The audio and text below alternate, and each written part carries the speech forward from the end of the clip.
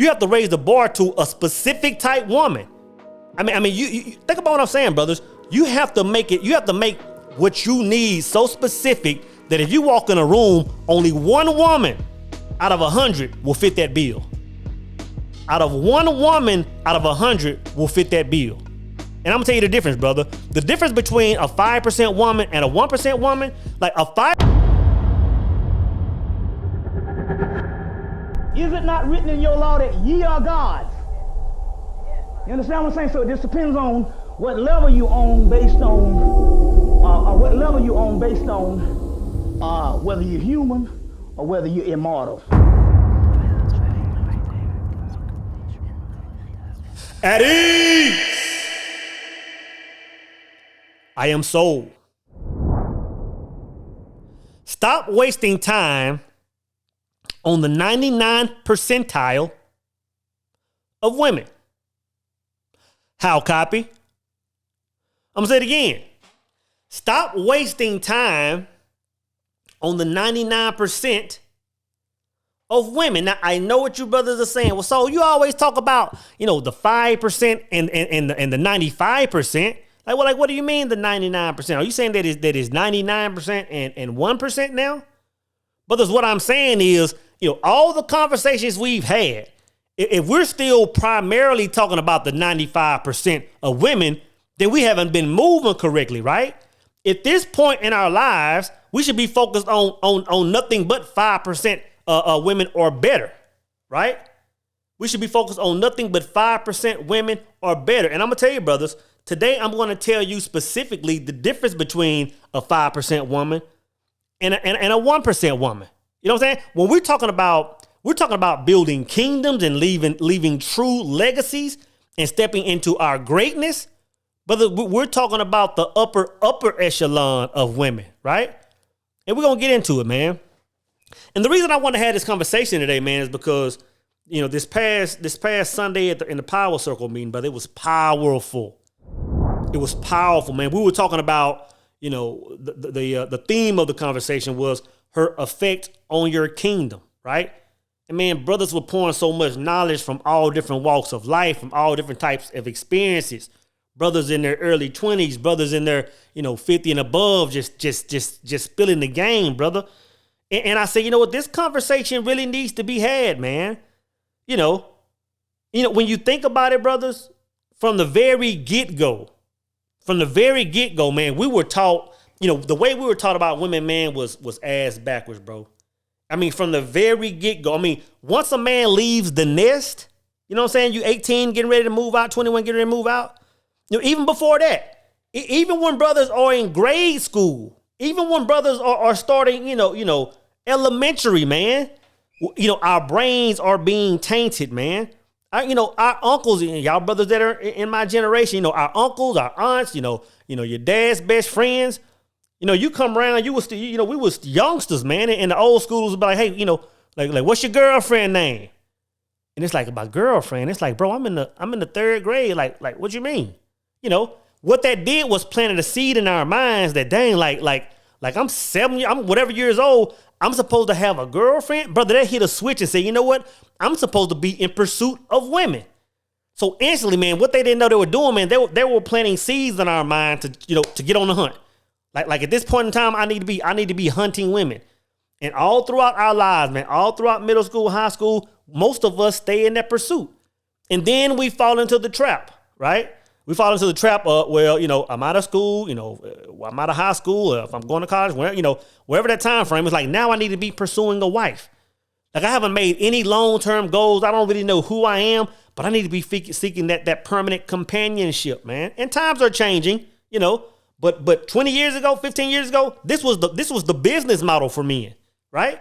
So you get that wife, you find a woman that you love, you make her your wife, man, and y'all just kind of start building a life together, and I'm telling you this, brothers, you will find fulfillment. You'll see a lot of relationships finding fulfillment by always, having to stay on some trip overseas. You're always in Maui. You're always in the Middle East somewhere vacating. You're always buying homes and you're always buying jewelry. You're always doing these things. And it looks normal and it looks like a couple are winning. But brothers, what's really taking place is, man, that whole relationship is trying to fill a void. It's trying to fill a void. And at some point in time, whether it's 5 years, 10 years, 15 years, it's different for everybody. A man will wake up one day and say, you know what? Like, I don't know why this woman is irritating me. Like there's something about this man that I just feel uncomfortable about. There's something about this situation that I just don't like. And you might can't go through there and really name some major things she's doing. You know what I'm saying? But I'm gonna tell you what it is, brothers. And this is what our uncles wasn't telling us back when we were little kids. The thing is, the reason why this woman is always getting on your nerve is because you haven't found that thing yet. And when I say that thing, of course I want to say the word purpose, but I'm tired of hearing a brother saying purpose because that word is getting flooded by being said so much, right? But when I say that thing, I'm talking about that thing that when you clock out and you go to your grave, that thing that people are still talking about as far as you, right? That legacy, what you want to leave the planet. I'm telling you this, brothers, and I trust me on this. If you haven't found that thing and you aren't moving in that direction and you get into a serious relationship, you get into a marriage, but it's almost guaranteed that either that relationship will be doomed, right, at some point in time, or you'll live the rest of your life miserable. There are no other options, brothers. There are no other options, man. So like that's cool. If you don't hear nothing else, listen to me when I say that, brothers. Don't get no long-term relationship, serious relationship, marriage, unless you found that thing and you're moving toward that, right? I'm gonna tell you today, brothers, we're gonna talk about the difference between a 5% woman and a 1% woman. And it's gonna open a lot of doors in your mind, man. It's gonna open a lot of doors in your mind. Now, I know this.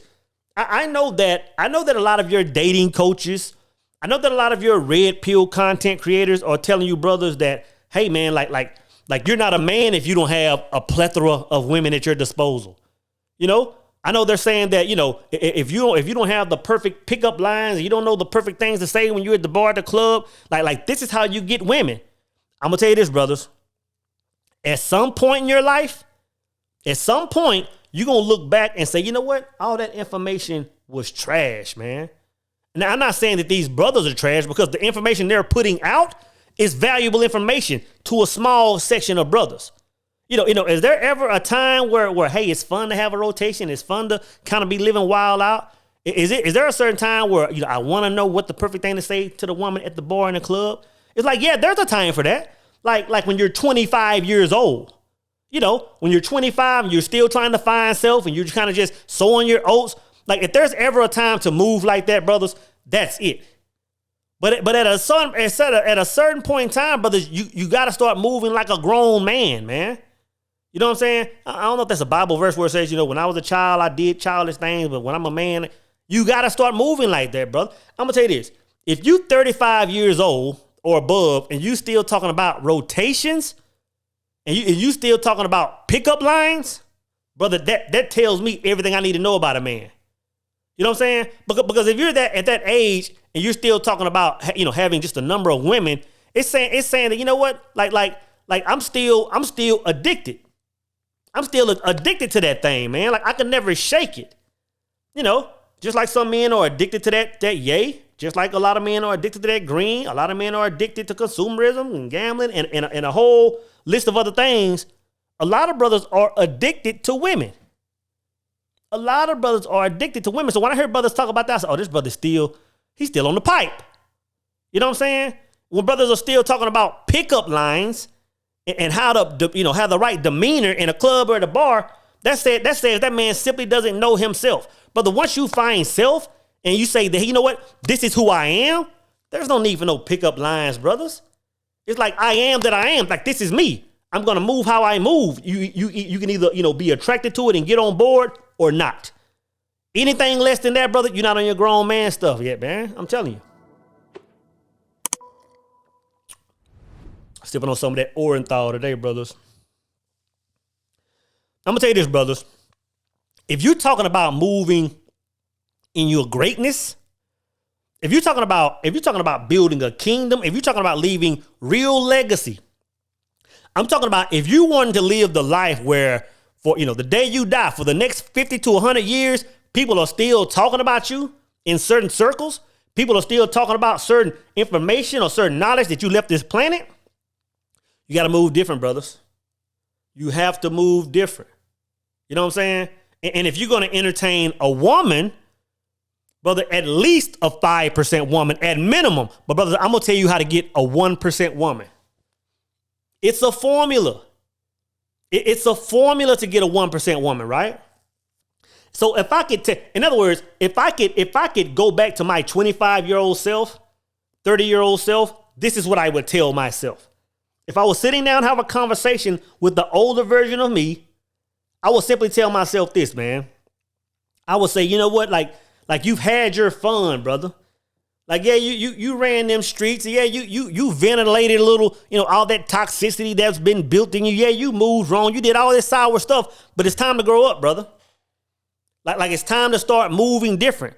What I would tell myself is this, man. Find that thing. Find that thing and move toward it. And when you move toward it, completely forget about women. Completely forget about women. Now, that's not an easy thing to do, brothers, because you talking about you've been in these streets or whatever for so many years. You telling me that a man should just go cold turkey? Brother, completely eliminate women altogether. Go strictly toward your mission, right? Now, this is the thing. Go toward your mission full steam. Learn about yourself. Learn how you're supposed to move and monetize that mission. Once you monetize whatever that mission is, I'm going to tell you what's going to happen, brothers. I'm going to tell you what's going to happen. See, we've always looked at women like, when you're in these streets, the thing that catches your eye is the one with the biggest donk. The one with the curves. The one with the nails and the hair did. You know what I'm saying? The one that's got everything going on. The one with the, with the popping demeanor. That's the woman that catches our eye, brothers. But I'm going to tell you what's going to happen. Once you find your mission and you start moving toward that, you monetize it, and now you're expanding, I'm going to tell you what's going to happen, brothers.